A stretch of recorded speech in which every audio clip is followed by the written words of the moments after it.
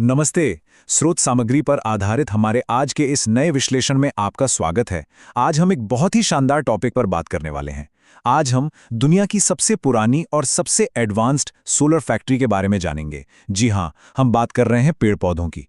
देखिए, पेड़ पौधे सिर्फ हरियाली नहीं है, उनके अंदर एक ऐसा जादुई सिस्टम चल रहा है जिस पर लिटरली हमारा पूरा जीवन टिका है। इस प्रोसेस को हम प्रकाश संश्लेषण या फोटोसिंथेसिस कहते हैं। तो चलिए, बिना किसी देरी के इस सोलर फैक्ट्री की दो अलग-अलग पारियों या शिफ्ट्स को आज गहराई से समझते हैं।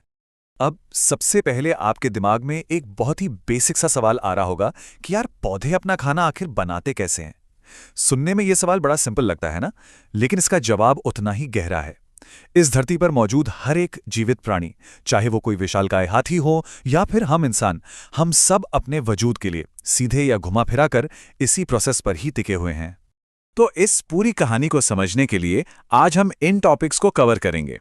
पहला, जीवन का आधार, फिर इसके दो मुख्य चरण, उसके बाद स्थान और प्रकाश पर इनकी निर्भरता, फिर मुख्य कार्य और उत्पाद। इसके बाद हम एक बहुत बड़ी गलतफहमी दूर करेंगे जिसे अप्रकाशिक अभिक्रिया कहते हैं, और अंत में देखेंगे कि ऊर्जा से भोजन कैसे बनता है। चलिए शुरू करते हैं। सबसे पहले बात करते हैं हमारे पहले पॉइंट की, जीवन का आधार। देखिए, ये तो हम सब जानते हैं कि पौधे अपना खाना खुद बनाते हैं, लेकिन ये करते कैसे हैं? दरअसल इस प्रोसेस में वे सूरज की रोशनी यानी लाइट एनर्जी का इस्तेमाल करके अपना भोजन बनाते हैं। इसका सीधा सा मतलब ये है कि इस पूरी दुनिया में हम सब अपनी एनर्जी के लिए अल्टीमेटली सूरज की रोशनी पर ही निर्भर हैं। और सबसे बड़ी बात, ये प्रोसेस सिर्फ खाना ही नहीं बनाता, बल्कि वो ऑक्सीजन भी हवा में छोड़ता है, जिसकी वजह से हम सांस ले पा रहे हैं। तो ये वाकई हमारी जिंदगी का आधार है। अब आगे बढ़ते हैं हमारे दूसरे हिस्से पर, दो मुख्य चरण।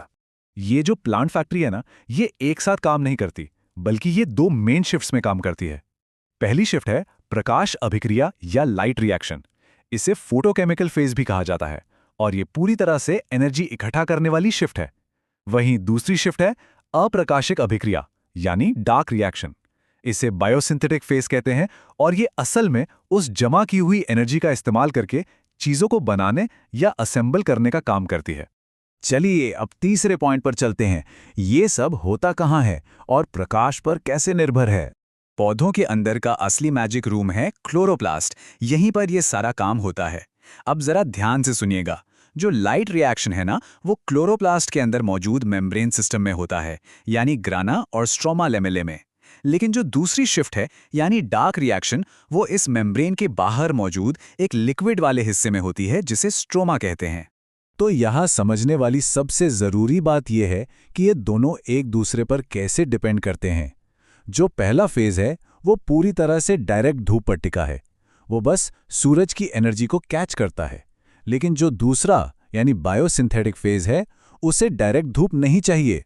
वो बस एक ऐसी असेंबली लाइन है जो पहले फेज में बनी हुई एनर्जी के भरोसे अपना काम चलाती है। अब आते हैं चौथे पॉइंट पर। इन दोनों के मुख्य कार्य और उत्पाद क्या हैं?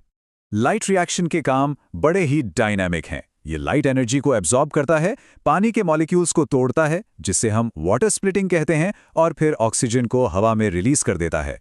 लेकिन इसका सबसे क्रूशियल काम है कुछ हाई एनर्जी केमिकल्स बनाना, जैसे एटीपी और NADPH। आप इन्हें इस फैक्ट्री की एनर्जी करेंसी या बैटरी की तरह समझ सकते हैं। इसके ठीक उलट डार्क रिएक्शन क्या करता है? ये हवा से कार्बन डाइऑक्साइड को खींचता है और फिर उसी एनर्जी करेंसी यानी ATP और NADPH का इस्तेमाल करके कार्बन को फिक्स करता है। इसी प्रोसेस से शर्करा यानी शुगर बनती है, जो बाद में स्टार्च के रूप में स्टोर हो जाती है, और असल में यही पौधे का असली खाना है। चलिए अब बात करते हैं पांचवें पॉइंट की, एक गलतफहमी, अप्रकाशिक अभिक्रिया।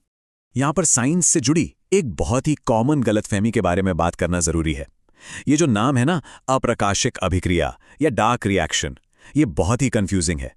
इसे सुनकर ऐसा लगता है कि भाई ये काम तो रात के घने अंधेरे में होता होगा, लेकिन मैं आपको बता दूं, ऐसा बिल्कुल भी नहीं है। आइए इसके पीछे का लॉजिक समझते हैं। भले ही इस फेज को डायरेक्ट धूप नहीं चाहिए, लेकिन ये लाइट रिएक्शन से बने ATP और NADPH पर तो पूरी तरह डिपेंडेंट है ना। तो होता यह है कि जैसे ही सूरज ढलता है, कुछ देर तक तो ये प्रोसेस चलता रहता है। लेकिन जैसे ही एटीपी और एनएडीपीएच की सप्लाई खत्म होती है, ये तथाकथित डार्क रिएक्शन भी तुरंत रुक जाता है और जैसे ही धूप वापस आती है, ये फिर से चालू हो जाता है। तो इसे अंधेरे की प्रक्रिया कहना पूरी तरह से गलत होगा। और अब हमारा आखिरी पॉइंट, ऊर्जा से भोजन। तो अगर हम इस पूरी कहानी को समराइज करें, तो एक तरफ हमारे पास लाइट रिएक्शन है, जिसे डायरेक्ट धूप चाहिए, जो ग्राना में होता है और जो एटीपी, एनएडीपीएच और ऑक्सीजन बनाता है।